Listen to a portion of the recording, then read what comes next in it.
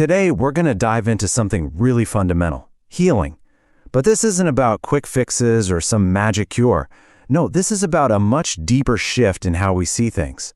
We're going to look at healing not as a battle you have to win, but as a natural process that you can actually align with. Let's get started.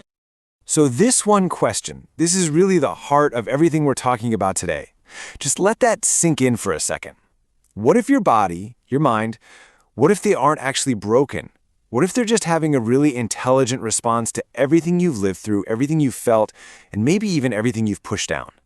You know, we're always taught to fight our symptoms, but what if there's a totally different way? Okay, so first things first, let's completely reframe the goal here. In this first part, we're going to look at why the very act of chasing a cure can sometimes be the thing that keeps it just out of reach. Right. So the key point is this. Healing isn't always about making the pain go away completely. It's really about restoring an inner state of balance, of alignment. Think about it like this. A broken bone doesn't heal because you fight the break. It heals because you set it in alignment, and then the body just knows what to do. A wounded mind heals through understanding. It's all about creating the right conditions so our natural state of wholeness can come back to the surface. Now, this is a really fascinating distinction, the one between pain and suffering. The initial pain, that's just a signal. It's a message. But the suffering, that long, drawn-out, grinding experience, that often comes from how much we resist this signal. It's the fighting, the tensing up, the refusal to listen. That's what really turns up the volume on the problem.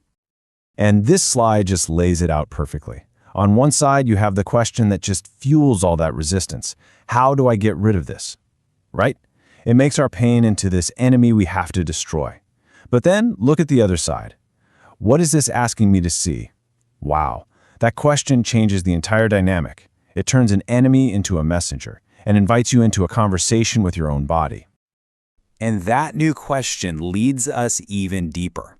Because if our pain is a messenger, then our body is the one speaking.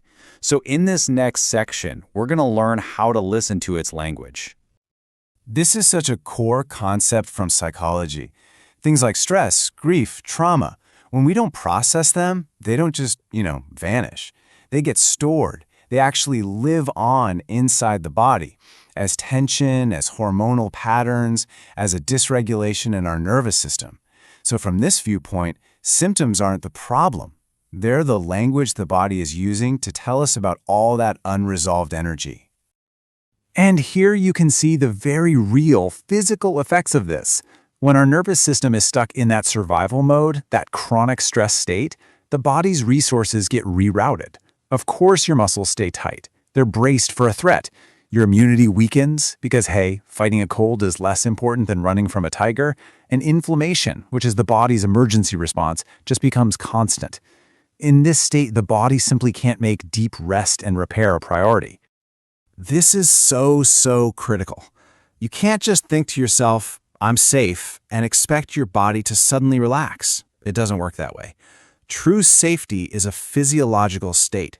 It's a felt sense in your body that the danger has passed, and it's okay to finally stand down. Real healing can only begin when our nervous system gets that signal, that deep permission to finally rest. Okay, so we've talked about how the mind and the nervous system hold on to stress. Now let's zoom out even further and explore this idea that your true identity is so much bigger than any pain or illness you might be experiencing. And here's where things get really beautiful. The whole idea of becoming better kind of implies that right now you're broken or not good enough. But this perspective suggests something totally different. That underneath all the layers of pain and stress and conditioning, your core self is already whole. So healing isn't a process of building something new, it's more like an excavation. It's about getting back to what you already are. This metaphor, this is just incredibly powerful for creating some inner space. Think about it. You are the sky, and your thoughts, your feelings, your symptoms, they're just the clouds. The clouds pass through, they change, they can be stormy, but they are never, ever the sky itself. The moment you start identifying as the vast open field of awareness, you stop over-identifying with the temporary storm passing through. That shift alone can reduce suffering dramatically. And building on that, Many metaphysical perspectives suggest that illness can show up when we're fragmented inside. You know, when our mind is fighting our body, or our past is fighting our present, or who we truly are is fighting who we think we should be. So healing, then, is about integration. It's the process of bringing all these separate, warring parts of ourselves back into alignment, creating one unified flow of energy. Okay, so if healing is about integration and flow, what's the actual mechanism that makes it happen? Well, that brings us to the subtle but absolutely immense power of our own attention. It is so important to get this distinction. Positive thinking can actually be another form of resistance, like trying to slap a happy sticker over what you're really feeling. What we're talking about here is totally different. It is the simple, radical act of just being present with whatever is here, without judging it and without trying to fix it or change it. It's a gentle, allowing kind of awareness. And this slide kind of breaks down how that actually works from a quantum point of view. First, your calm, non-judgmental awareness brings a sense of coherence or harmony to what might be a really chaotic inner system. Second, that new coherence allows the body's natural intelligence to start restoring order. And finally, that restored order creates the absolute perfect conditions for the body's own innate healing processes to kick in. See, it's not magic, it's just alignment. All right, let's bring this all together in our final section. We've gone through some deep concepts, but how does this all translate into a new way of living, a new way of being? Well, it all comes down to mastering the art of allowing. At the end of the day, healing isn't just a one-time thing. It's a whole new relationship with yourself, and these are the terms of that new relationship. It's about choosing to listen instead of always fighting. It's about allowing your feelings to be there instead of suppressing them. It's about really, truly resting instead of forcing yourself to push through. And, maybe most importantly, it's about meeting yourself with understanding instead of judgment.